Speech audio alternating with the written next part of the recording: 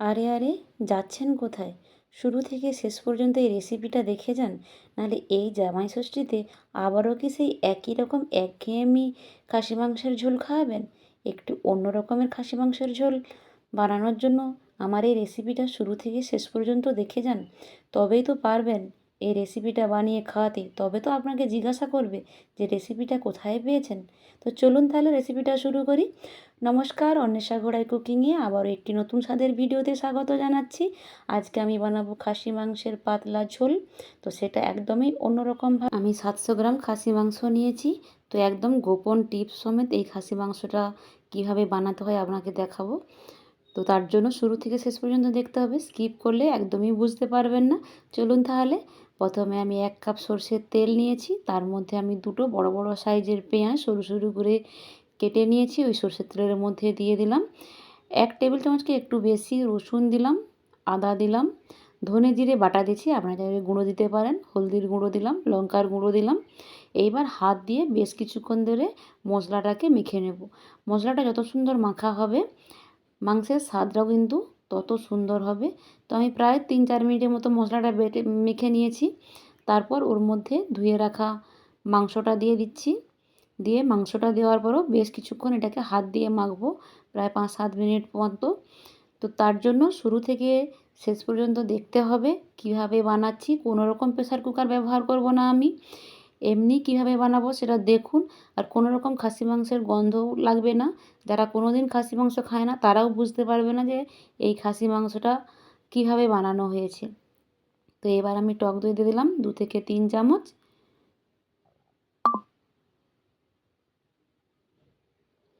টক দইটা দিয়ে দেওয়ার পরও হাত দিয়ে বেশ কিছুক্ষণ মেখে নেব। যতটা ভালো মাখা হবে তত সুন্দর, রেসিপিটাও তত সুন্দর হবে। এই চর্বিগুলো কিন্তু আমি তুলে রেখে দেবো বাটিতে। আমার মাখা হয়ে গেছে। এইবার আমি ঢাকনা দিয়ে ঢেকে প্রায় 1 ঘন্টা মতো রেস্টে রেখে দেবো। 1 ঘন্টা পরে ফিরে এসেছি। ঢাকনা খুলে দেখাচ্ছি আপনাদেরকে, দেখুন কত সুন্দর কালার এসেছে। ওপরের তেলটা ভেসে উঠেছে। খুব সুন্দর কালারটা, এত সুন্দর লাগছে যে মনটা খুবই ভালো লাগছে। ওপর দিয়ে কেটে রাখা টমেটো দিয়ে দিলাম। এরপর আমি ওই পাত্রটা সমেতই আমি গ্যাসে বসিয়ে দেবো। আপনারা চাইলে মাটির উনুনেও করতে পারেন। তো আমি এটা গ্যাসে বসিয়ে দিলাম।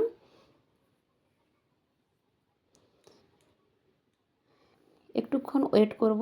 এটা মাটির পাত্র, মোটা, একটু গরম হতে। দেখুন সাইডে একটু একটু ফুটতে লেগেছে। এবার একটু খুন্তির সাহায্যে একটু নাড়াচাড়া করে নেব।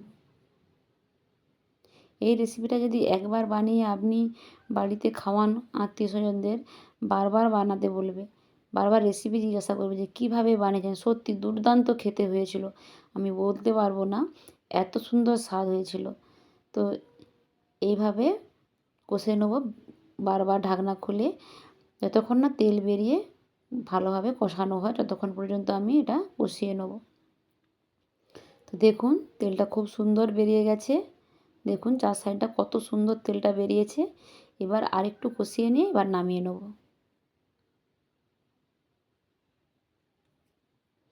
নামিয়ে নিয়েছি। চামচের সাহায্যে আমি একটু ঘেঁটে নিচ্ছি। দেখুন তেলটা একদম সম্পূর্ণ বেরিয়ে গেছে। এরপর আমি, এটা তো প্রেসার কুকার ব্যবহার করব না বলেছি আমি আপনাদেরকে, তাই মাটির হাঁড়িতে রান্না করব। এবার আমি মাটির হাঁড়িতে ওই কষানো মাংসটা সবটাই দিয়ে দেব।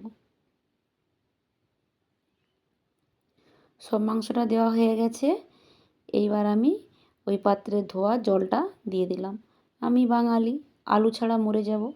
তো তাই কিছুটা আলু কষে রেখেছিলাম, ওটা দিয়ে দিলাম। আর কাঁচা চর্বিটা যে তুলে রেখেছিলাম ওটাও ওর মধ্যে দিয়ে দিলাম।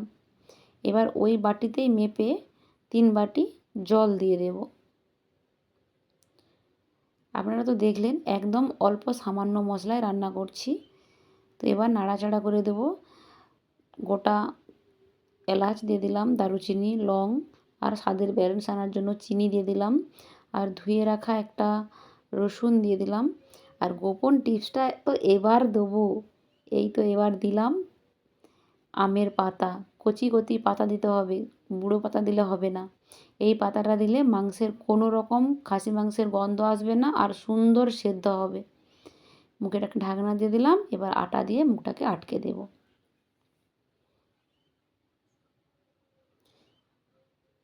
কি রেসিপিটা দেখে কি মনে হচ্ছে?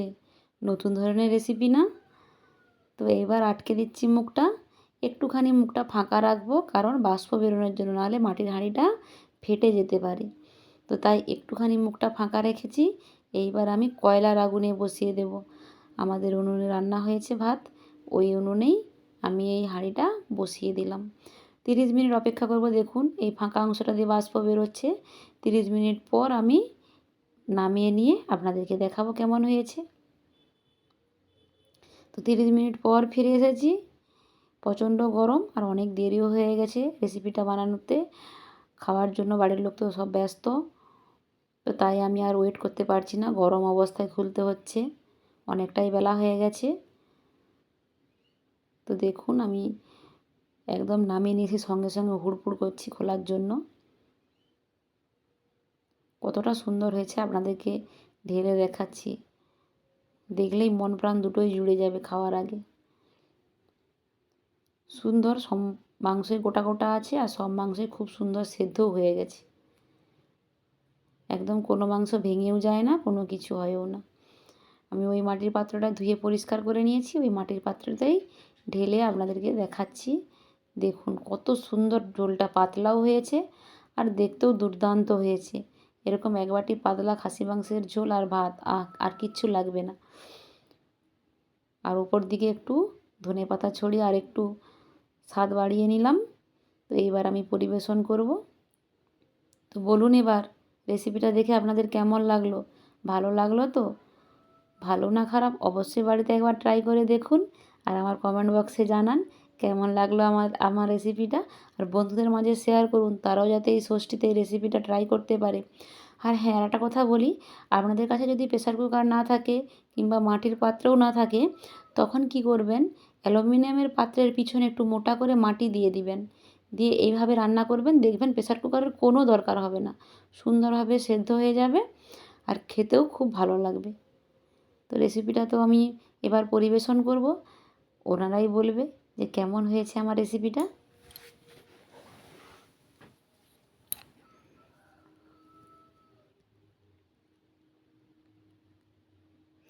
দেখুন রসুনটা কত সুন্দর সেদ্ধ হয়ে গেছে আর মাংসগুলো কত সুন্দর সেদ্ধ হয়ে গেছে।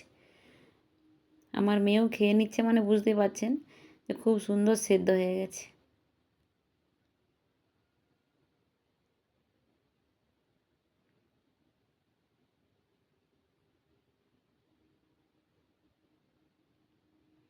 কতটা ভালো লেগেছে ওদেরকে দেখেই তো বুঝতে পারছো।